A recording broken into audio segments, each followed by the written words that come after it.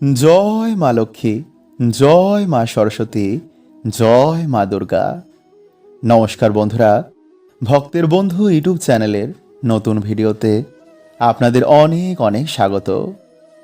বন্ধুরা, আজ একটু আপনারা সময় বার করে চোখ বন্ধ করে একবার ভাবুন যে আপনাদের জীবনে যে সম্পর্কগুলো রয়েছে তা কি সত্যি হঠাৎ করে তৈরি হয়েছে, নাকি এর পিছনে কোনো গভীর রহস্য আছে, কোনো অদৃশ্য শক্তির পরিকল্পনা।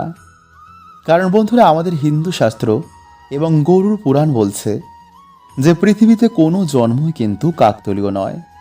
প্রতিটি জীব আত্মা এক দীর্ঘ যাত্রা শেষ করে এই পৃথিবীতে আসেন একটি নির্দিষ্ট উদ্দেশ্য পূরণ করতে, যেমন তার অসম্পূর্ণ কোনো সম্পর্ক পেতে এবং পূর্ব জন্মের কর্মফল ভোগ করতে। তাই গরুর পুরাণ এবং ভগবদ গীতায় বলছে যে মৃত্যুর পর জীব আত্মা তার পূর্ব জন্মের কর্মফল এবং বাসনা নিয়ে নতুন যাত্রায় বের হয়। আর সেই যাত্রার জন্যই ঠিক করা হয় যে তার কোথায় জন্ম হবে, কার ঘরে হবে এবং কেমন হবে। ফলে যখন একটি জীব আত্মা একটি মেয়ে রূপে জন্ম নেয়, তখন সেটি একটি শুধু শিশুর জন্ম নয়, স্বয়ং মা লক্ষ্মীর কোমল স্পর্শ।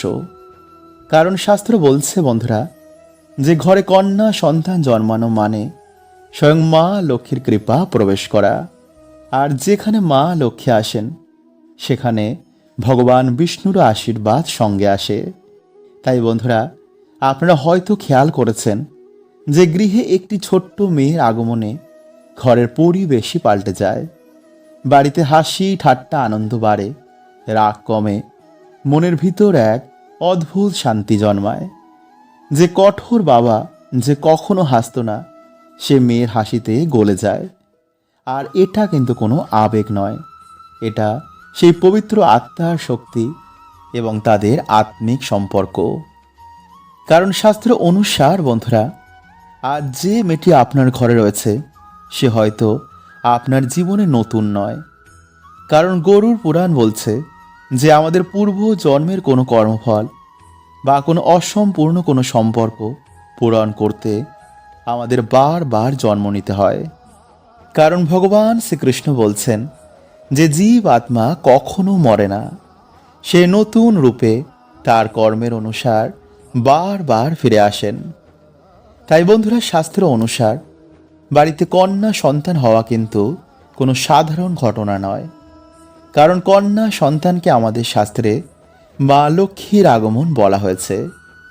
আর যেখানে মা লক্ষ্মীর আগমন হয় সেখানে ধন, শান্তি, করুণা এবং শুভ শক্তির আগমন হয়।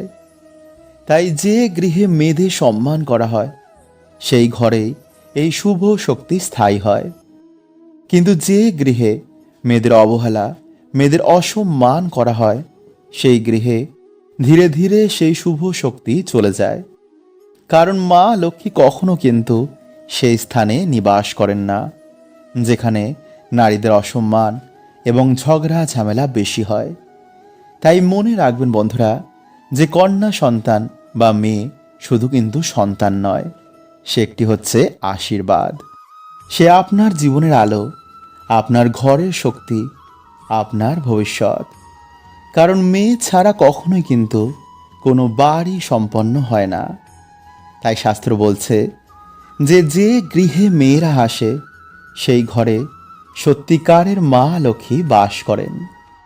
তো আজকের মতন বন্ধুরা এতটুকুই। দেখা হচ্ছে এর পরের ভিডিওতে। জয় মা লক্ষ্মী, জয় শ্রীহরি।